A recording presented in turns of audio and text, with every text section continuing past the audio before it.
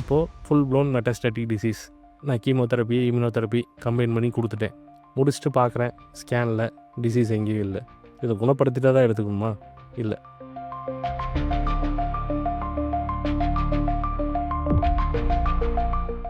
இப்போ stage 3 breast cancer இருக்குது. எடுத்தோன்னா ஆப்ரேட் பண்ண முடியாது. ஓகே, கீமோதெரப்பி 8 சைக்கிள்ஸ் போடுறோம், இல்லை 4 to 6 சைக்கிள்ஸ் போடுறோம். பார்த்துட்டு ரீஅசஸ் பண்ணுறோம். அந்த இடத்துல சர்ஜரி பண்ணுறோமா இல்லைன்னு டிசைட் பண்ணுறோம். அப்படி இல்லாட்டினா 8 சைக்கிள்ஸ் முடிச்சுட்டு சர்ஜரி பண்ணுறோமா இல்லைன்னு டிசைட் பண்ணுறோம். அதுக்கப்புறம் சர்ஜரி முடிச்சுட்டு ரேடியேஷன், அதுக்கப்புறம் ஹார்மோனோதெரப்பி இருக்கா இல்லையா, இதெல்லாம் வந்துட்டு ஃபஸ்ட்டே பிளான் பண்ணி தான் ஸ்டார்ட் பண்ணுவோம். ஓகே, இப்போ அவங்க ஏஜ் என்ன பயாப்சி, எந்த இடத்துல இருக்குது, என்னென்ன ஃபெசிலிட்டிஸ் நம்மள்ட்ட இருக்குது, இதை வச்சுட்டு இவங்களோட 3rd ஸ்டேஜ் கேன்சரை க்யூரேட்டிவ் அப்ரோச்சில் எப்படி எடுத்துகிட்டு போகிறதுன்னு தே வில் பிளான் அப்.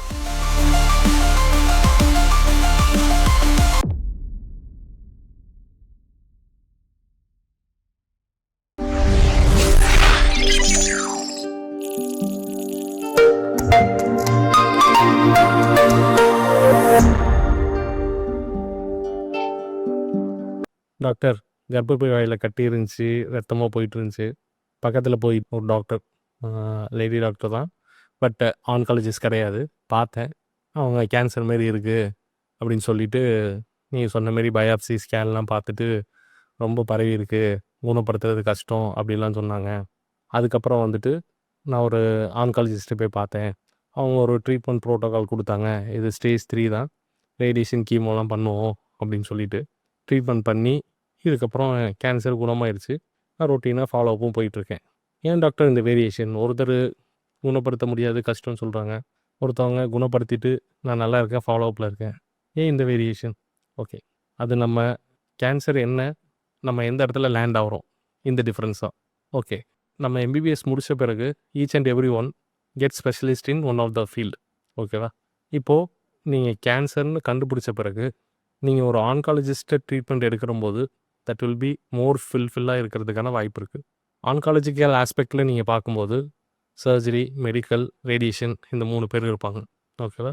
அதில் கேன்சருக்கான ட்ரீட்மெண்ட் ப்ரோட்டோக்கால் மட்டும் இருக்காது. சர்வைவல், குவாலிட்டி ஆஃப் லைஃப், அதுக்கப்புறம் வந்துட்டு லாஜிஸ்டிக்ஸ், எல்லாமே அடங்கினதாக தான் இருக்கும். இப்போது ஒரு கட்டி இருக்குது, கேன்சர் இருக்குது அப்படிங்கிறப்போ காமனான ஐடியா என்ன? ஸ்டேஜ் 3, 4னா அட்வான்ஸ் ஸ்டேஜு, எதுவும் பண்ண முடியாது. இது காமன் தாட். பட் இதை தொடர்ந்து ப்ராக்டிஸ் பண்ணுறவங்க, இந்தமாரி கேஸ் நிறையா பார்த்தவங்க, ஓகே, இப்போ அவங்க ஏஜ் என்ன பயாப்சி, எந்த இடத்துல இருக்குது, என்னென்ன ஃபெசிலிட்டிஸ் நம்மள்ட்ட இருக்குது, இதை வச்சுட்டு இவங்களோட 3rd ஸ்டேஜ் கேன்சரை க்யூரேட்டிவ் அப்ரோச்சில் எப்படி எடுத்துகிட்டு போகிறதுன்னு தே வில் பிளான் அப். இதுக்கு பிளான் பண்ணிவிட்டு, ஃபார் எக்ஸாம்பிள், ஒரு கர்ப்பப்பை வாயில் கட்டி இருக்குன்னே வச்சுக்கலாம். அது கொஞ்சம் பெருசாக இருக்குது, நெறி கட்டிக்கும் போயிருக்கு. இது இனிஷியலாக சர்ஜரி பண்ண முடியாது. ஆப்வியஸாக ஒரு அடினோ கார்சினோமான்னு வச்சுக்குவோம், பண்ண முடியாது.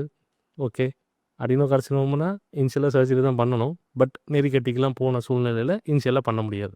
அப்போ நம்ம ஃபஸ்ட்டு கீமோ, ரேடியேஷன், இந்த 2 ஆஸ்பெக்டை எடுக்கிறோம். ஓகேவா? எடுத்து டிசீஸை நல்லா கண்ட்ரோல் பண்ணுறோம். ஒரு 2 months ட்ரீட்மெண்ட் பண்ணுறோம்.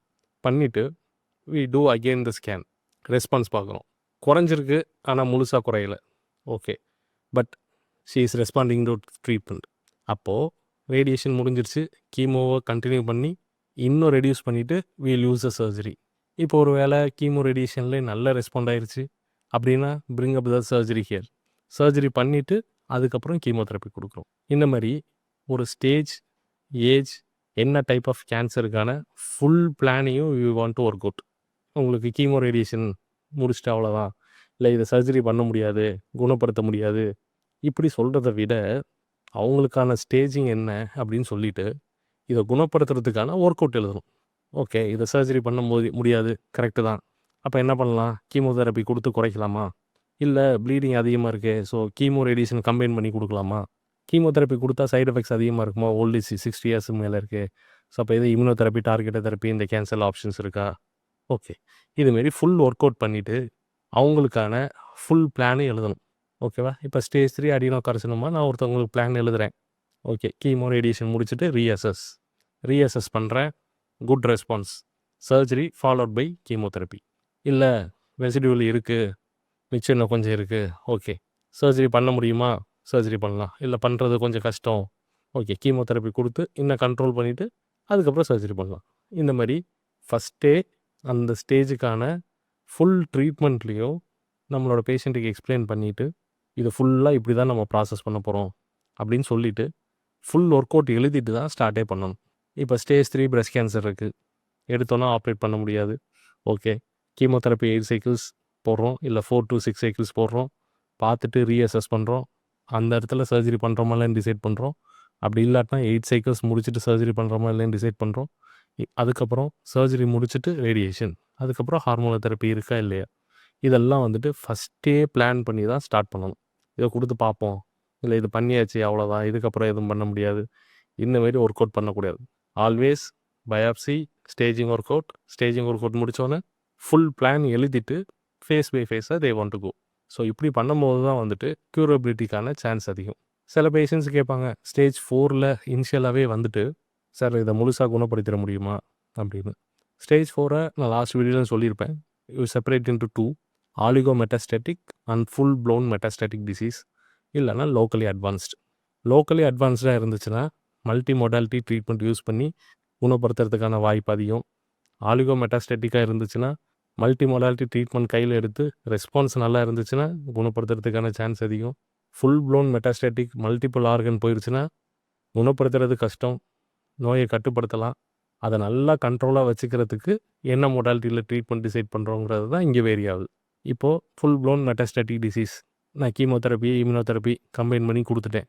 முடிச்சுட்டு பார்க்குறேன், ஸ்கேனில் டிசீஸ் எங்கேயும் இல்லை. இதை குணப்படுத்திட்டு தான் எடுத்துக்கணுமா?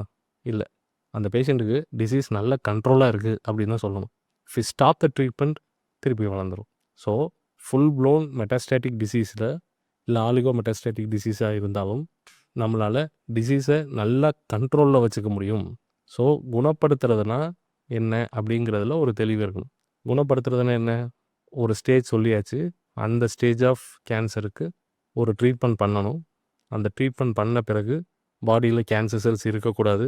அதுக்கப்புறம் நான் கேன்சருக்கு எந்த ட்ரீட்மெண்ட்டும் எடுக்கக்கூடாது. நான் ஃபாலோ அப்பில் மட்டும் இருக்கணும். இதுக்கு பேர் தான் குணப்படுத்துறது. நான் மல்டி மொடாலிட்டி ட்ரீட்மெண்ட் யூஸ் பண்ணுறேன். யூஸ் பண்ணி உங்களோட டிசீஸை கண்ட்ரோலாகவே வச்சுட்டே இருக்கேன். இது கேன்சரை நல்ல கண்ட்ரோலாக வச்சுருக்கோம், கேன்சர் செல்ஸ் பெட் சிடி எடுக்கும்போதும் ஒன்றும் பெருசாக இல்லை அப்படின்னா, இதில் நல்ல கண்ட்ரோலாக இருக்குதுன்னு சொல்லிவிட்டு அதை நான் கண்டினியூ தான் பண்ண முடியும். அதை ஸ்டாப் பண்ணவும் முடியாது. ஸோ நல்ல கண்ட்ரோல் கிடைக்கிற ட்ரீட்மெண்ட் மொடாலிட்டியாக எடுத்து நம்ம கண்டினியூ பண்ணும்போது ஸ்டேஜ் 4 மெட்டாஸ்டாட்டிக் டிசீஸை கூட நல்ல கண்ட்ரோலில் வச்சுட்டு, அந்த இடத்துல குணப்படுத்துறது வார்த்தை இல்லை, அந்த இடத்துல நல்ல கண்ட்ரோலில் வச்சு சர்வைவலை வித் குட் குவாலிட்டி ஆஃப் லைஃபோட கண்டினியூ பண்ணுறது.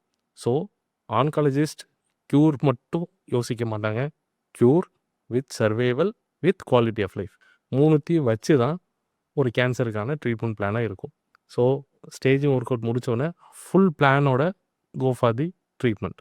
ஓகேவா? இது முடிச்சுட்டு அடுத்து என்னன்னு தெரியலை அப்படிங்கிற மாதிரி ஒரு பிளைண்டாக ஃபாலோ பண்ண வேணாம். ஃபுல் பிளானோட ஃபேஸ் பை ஃபேஸ் போகும். குணப்படுத்துறதுக்கான வாய்ப்பு அதிகம். தேங்க்யூ.